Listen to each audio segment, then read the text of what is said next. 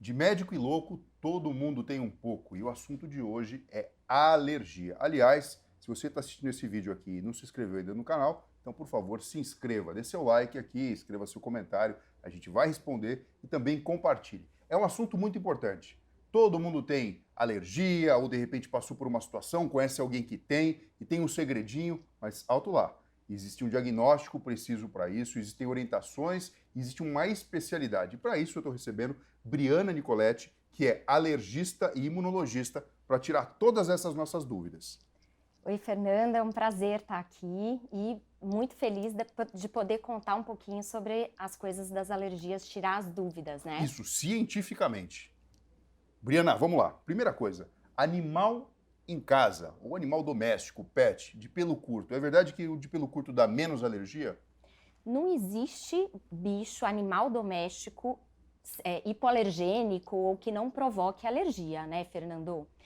E a história do pelo nem sempre é assim, não importa muito o pelo. Na verdade, a gente tem animais de estimação com pelo curto que tem mais proteína alergênica e animais de pelo comprido que tem menos proteína alergênica.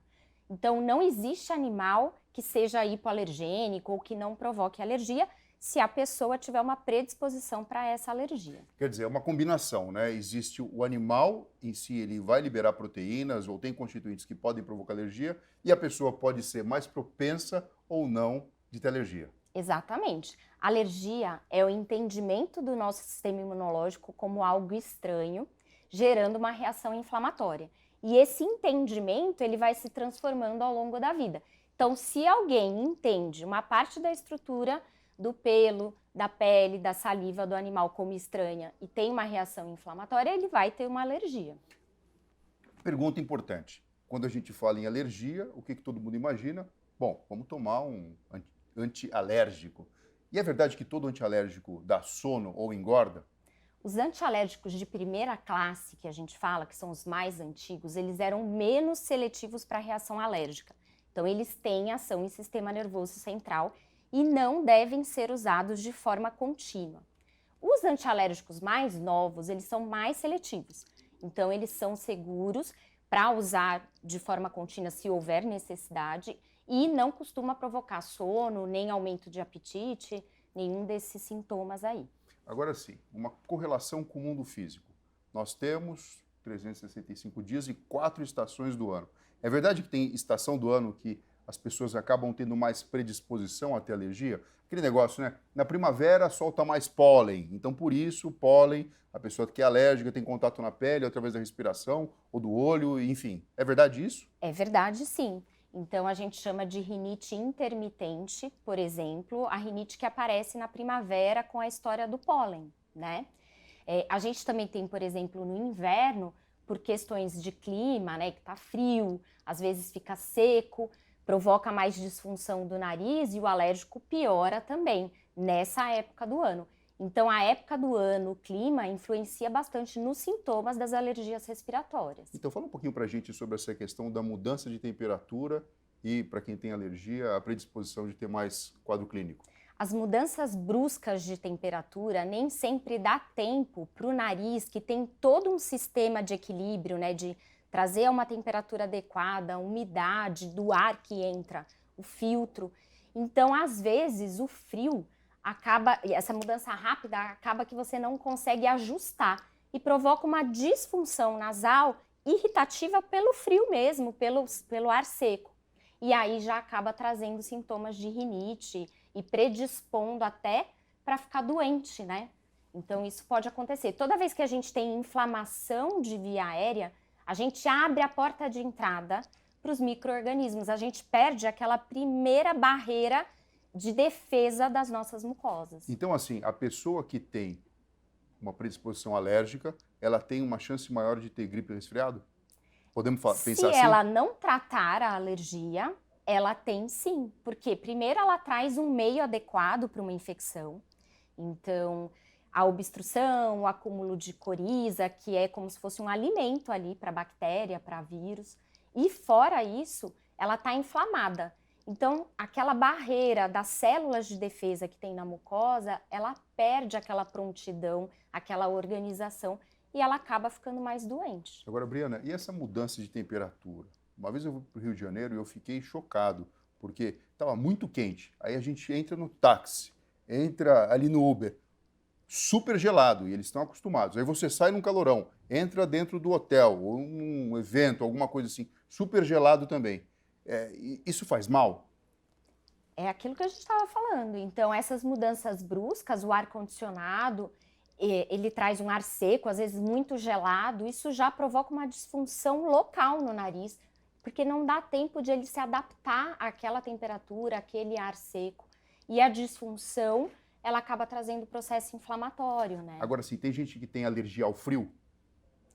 Alergia ao frio é mais raro, existe sim, mas o que mais acontece é isso. Então, o frio traz condições ruins para a mucosa e a pessoa já tem uma alergia, já tem uma inflamação por outra coisa, e aí ele acaba sempre sendo mais um gatilho para uma reação inflamatória. Agora, sim, alergia tem cura? Então, a alergia é uma doença crônica, né? Mas o nosso sistema imunológico está em constante transformação. Então, essa história de entender o que é normal, o que é estranho, às vezes ela muda, né? Para algumas situações também existe controle adequado e tratamento de dessensibilização, por exemplo, que a gente chega muito próximo de uma cura. Deixa eu tentar explicar para quem está assistindo a gente, para eu perceber se eu entendi ou não, tá? Você que é especialista Claro. na hora. Bom, a gente tem a nossa concepção individual. E para que a gente possa viver em harmonia e interagindo com o mundo físico, nós temos o sistema imunológico. A gente agora, nessa época da pandemia, aprendeu bastante sobre isso. Então, eu tenho contato com um agente agressor, por exemplo, um vírus, uma bactéria, um fungo, meu sistema imunológico vai reconhecer e vai tirar esse agressor da jogada. Quer seja através de um trabalho de célula, a imunidade celular, Exato. quer seja através da produção de um anticorpo, que vai lá e cria um anticorpo e bloqueia aquele... O problema da alergia, veja se eu estou entendendo direito, o problema da alergia é que a pessoa acaba assinalando o sistema imunológico, ele começa a trabalhar contra coisas que não são agentes infecciosos ou que representem de fato um problema para a integridade física daquela pessoa. É isso? É exatamente isso. E a partir do momento que ele perde esse entendimento e começa a reconhecer alguma coisa como estranha, ele vai gerar uma memória imunológica. Mas sim, ao longo do tempo as coisas podem mudar porque ele está em constante transformação. E tem também tratamentos de dessensibilização em algumas situações na alergia. Briana, quando você fala dessensibilização, você está me dizendo o seguinte, você vai oferecer em pequenas doses aquilo que provoca alergia para a pessoa. É como se você fosse treinando, né? A pessoa vai para a academia, treina o músculo, vai ficando forte. Mas no caso é um pouquinho ao contrário, você vai treinando para que ela não acione aquele alerta naquela situação. É isso? É isso. E também entrega para o sistema imunológico imunomoduladores que vão atuar nessa contrarregulação do entendimento da estrutura alérgica.